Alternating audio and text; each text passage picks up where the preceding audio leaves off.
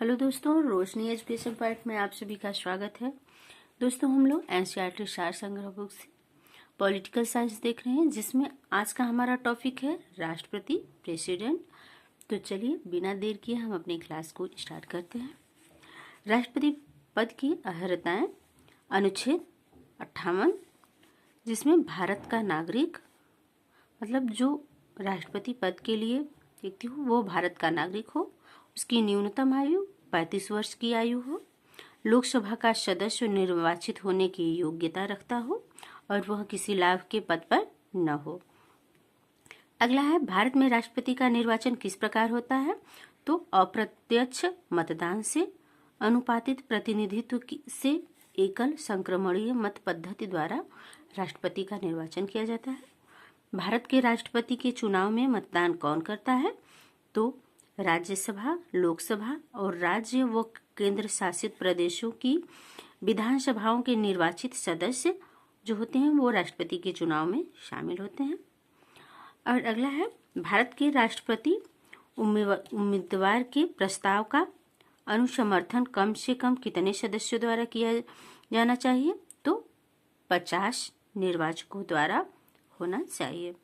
भारत में राष्ट्रपति का चुनाव एकल हस्तांतरणीय मत प्रणाली द्वारा किया जाता है।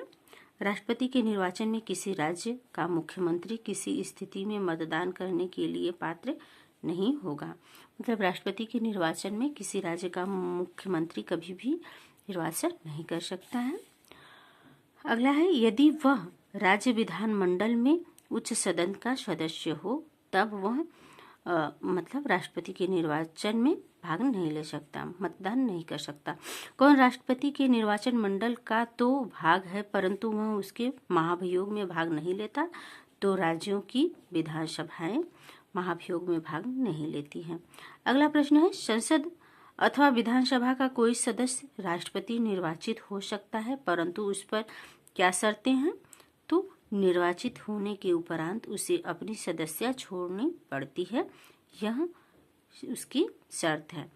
अगला प्रश्न है, संसद के लिए राष्ट्रपति का अभिभाषण कौन तैयार करता है? तो केंद्रीय मंत्रिमंडल तैयार करता है। अगला है, राष्ट्रपति की मृत्यु, पदत्याग अथवा हटाए जाने पर पद की रिक्ति को 6 माह की समय सीमा के भीतर भरना होता है। अगला प्रश्न है, भारत के राष्ट्रपति चुनाव में उत्पन्न विवाद का निपटारा कौन करता है? तो राष्ट्रपति के चुनाव में जो उत्पन्न विवाद होते हैं उसे सर्वोच्च न्यायालय निपटारा करता है। अगला प्रश्न है, भारत के राष्ट्रपति को उसके कार्यकाल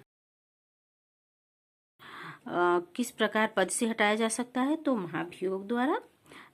भारत के राष्ट्रपति को उसके पद से हटाने का अधिकार किसे है? तो संसद को है। अगला प्रश्न है नेक्स्ट, संघ की कार्यपालकीय शक्तियां किस अनुच्छेद के अंतर्गत राष्ट्रपति में निहित होती हैं? तो अनुच्छेद 53 में होती हैं।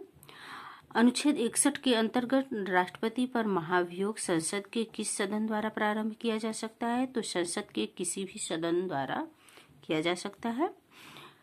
भारतीय संविधान का कौन सा अनुच्छेद राष्ट्रपति पद के लिए पुनः निर्वाचन की पात्रता निर्धारित करता है? तो अनुच्छेद 57। और अगला है, राष्ट्रपति को कोई भी विषय पुनर्विचार के लिए मंत्रिपरिषद को वापस भेजने का अधिकार किस संविधान संशोधन द्वारा किया जाता है? तो 44वें संविधान संशोधन द्वारा। अगला प्रश्न है, भारतीय संविधान के किस अनुच्छेद के अंतर्गत राष्ट्रपति संसद के दोनों सदनों द्वारा पारित किसी विधेयक पर अपना स्वीकृति रोक सकते हैं? तो अनुच्छेद 111। किसी अनुच्छेद के अंतर्गत राष्ट्रपति कुछ आकस्मिकताओं में राज्यपाल के कार्यों में निर्वहन हेतु उपबंध कर सकता है? तो अनुच्छेद 160 में इसका प्रावधान है। अब हम देखते हैं राष्ट्रपति के संबंधित महत्वपूर्ण अनुच्छेद।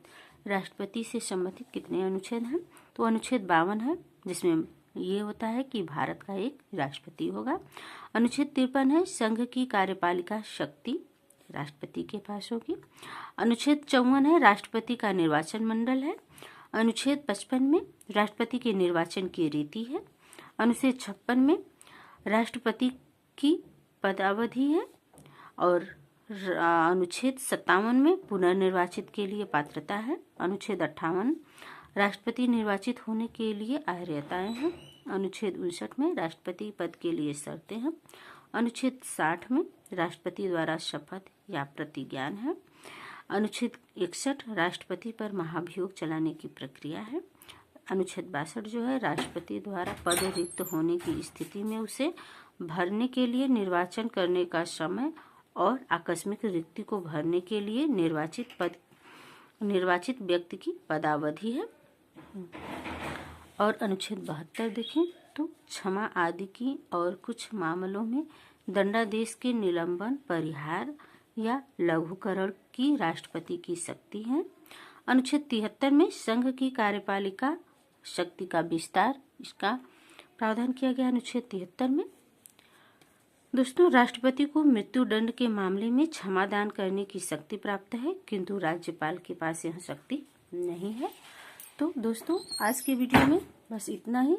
हम लोग नेक्स्ट वीडियो में इसके बचे हुए कुछ भाग देखेंगे। धन्यवाद।